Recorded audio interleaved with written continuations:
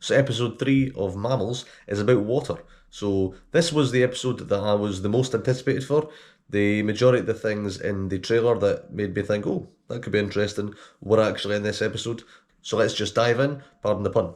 So we open up this episode in the deep ocean. So there isn't a lot of mammals that live there. So I was kind of like, we're probably going to see sperm whales here because there's nothing else that's going to be there. We basically follow this submarine going down, exploring the deep ocean, and they come across a sperm whale randomly.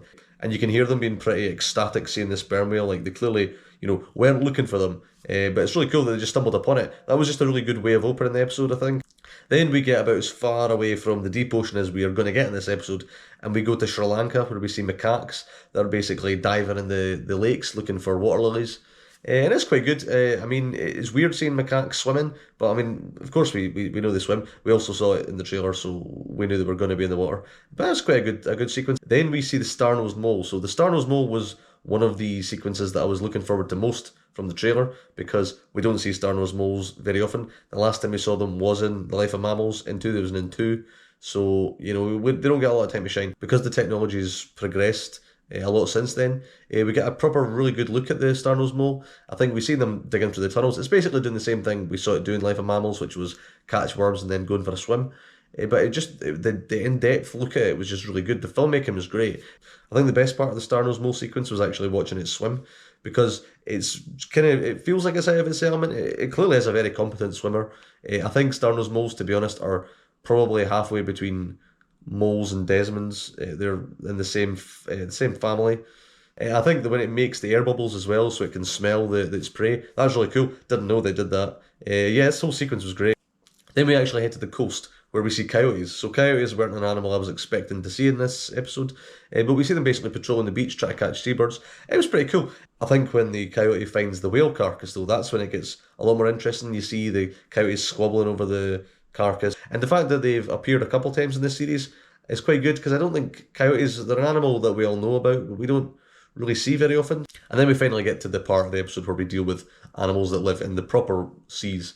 We focus on dolphins, bottlenose dolphins in Florida, where we see them catching fish. We see that they basically make these spiral formations to sort of trap the fish in the mud, and then they'll catch them when they jump out the water. We have seen that before in life. I think we've seen it subsequently, but I couldn't remember which series it was. But I think, well, we've seen it before. The technology's come along a lot since then. We can see a more in-depth look at that behaviour. And we do spend quite a bit of time with them. We see how it's not just the same a circle formation, they make S shapes. It seems that different dolphins make different formations. But that was really cool as well. I think that was, as much as it was something I was like, okay, I've seen that before. Yeah, I did still enjoy it. So yeah, that was pretty cool. I think the weakest part of the episode for me was the sea lions. Just because they weren't really doing anything we hadn't seen before. They were just hanging around a bait ball, catching the fish. And the fact that this series has been very focused on how adaptable mammals are, we basically just see that they're using the marlin. The marlin are the ones that are herding the fishing, and the sea lions are just catching them. It doesn't really feel like it's a great adaptation that the sea lions are doing, so I don't feel like it was kind of in the spirit of what the rest of the series has been like. But I mean, it was okay. The better part of the sea lion stuff was when we see the Galapagos sea lions. That was definitely an improvement. And we see that the mother's giving birth and the pups are venturing out past the rock pools, kind of testing the limits, and they're getting attacked by sharks. Which, to be honest, I knew there were a lot of sharks in the Galapagos. I tend not to think of sort of medium-sized sharks as being a threat to sea lions. Obviously, great white sharks, tiger sharks, bull sharks. These didn't look like any of those, but they still look pretty reasonable sized. I mean, compared to the pups, obviously, they are pretty big and they clearly are a threat. Yeah, it was quite surprising seeing the bulls saving the pups, just because bull sea lions tend not to have much to do with the pups. They tend to be more of a threat than anything else. But I suppose it's entirely possible that the Galapagos sea lions are a bit more altruistic. Maybe it's just a case of they'll just defend any pups because they might end up being their offspring. So it's in their best interest to protect them. Or maybe they just don't like sharks, who knows. The sequence that I was the most anticipated for was the humpback whale sequence. So we get this really good footage of the humpback whale just actually learning to hold its breath from its mother. That was really cool in the western coast of Australia. And we see, sure enough, the humpback whales are leaving their nursery grounds to get to Antarctica because there's no food there. We've seen time and time again. And then they are brutally attacked by killer whales. So the orca sequence, again, it's never easy to watch. I think recently they have been a lot more gritty. I think since the one in Blue Planet was so, iconically harrowing. most orca sequences after that were never as bad. The last couple I've seen have definitely felt quite horrible to watch. This was no exception. Maybe because we can get a more in-depth view that how really horrible it is.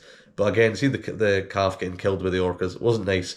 However, the sequence after that, where we see the smaller pod, it was like three orcas that are following this humpback whale. They're going to take the calf, but they can't get to it because there's a larger male there. So humpback whales are also a lot harder to take on than, say, a grey whale, because humpback whales have got like large pectoral fins. They're generally encrusted with barnacles as well. So when they says that a one swipe from their flipper could potentially kill the orca, that isn't really an exaggeration. So you can definitely see the orcas biding their time. But as soon as the male humpback whale dives, the orcas just swoop in and then they take the calf. They basically kidnap it, which isn't something I believe they set out to film. I believe they kind of just stumbled upon that. That might be correct, I'm not 100% sure. But the orcas just came out, took the calf, and because they mimic the mother's behaviour, like keeping it on their backs, the calf's just willingly going with them.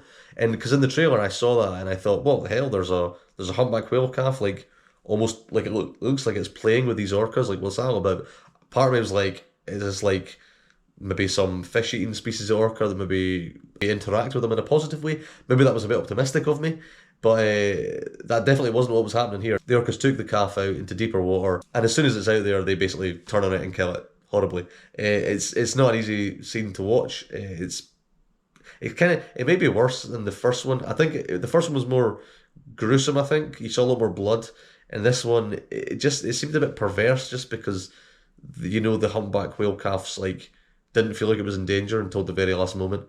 It's just, yeah, it's not very nice. But no, and the fact that they kill a lot, I didn't realize how many they killed a day. They kill like 5 calves a day. Like, how are there any humpback whales left in this area? I mean, Jesus. And then obviously they don't really eat them either. They just eat the tongues, which is kind of, I don't really think they eat any more than that anyway normally.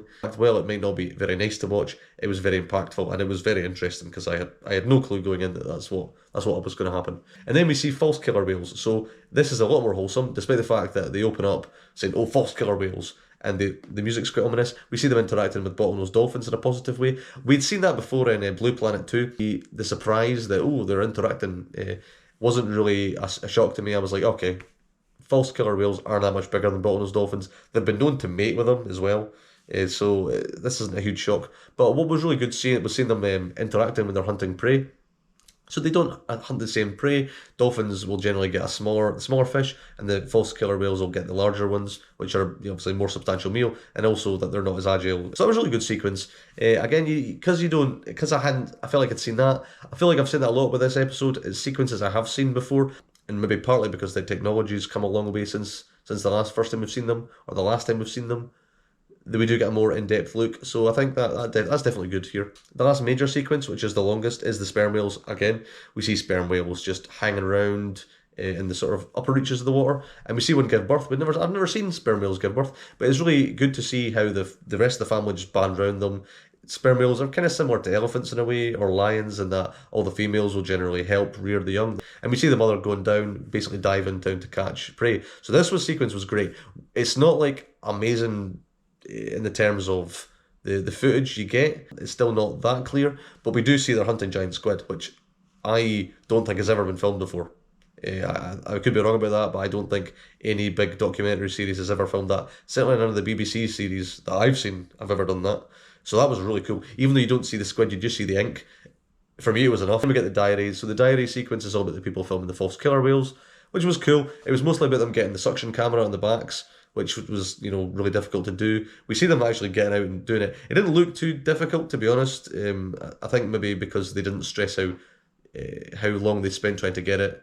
It seemed a little bit like they found them and then just managed to do it.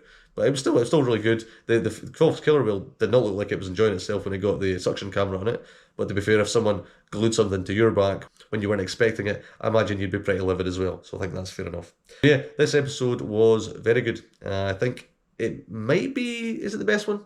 I don't know. It's difficult to tell which one's the best one so far, but there's definitely consistency here anyway.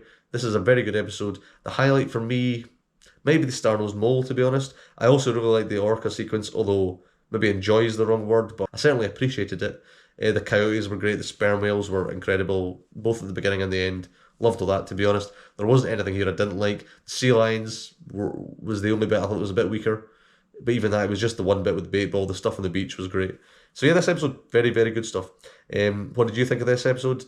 What were your highlights? Yeah, next week it's the cold episode, so be sure to wear your jumpers for that one. And I'll be reviewing that next week. And goodbye.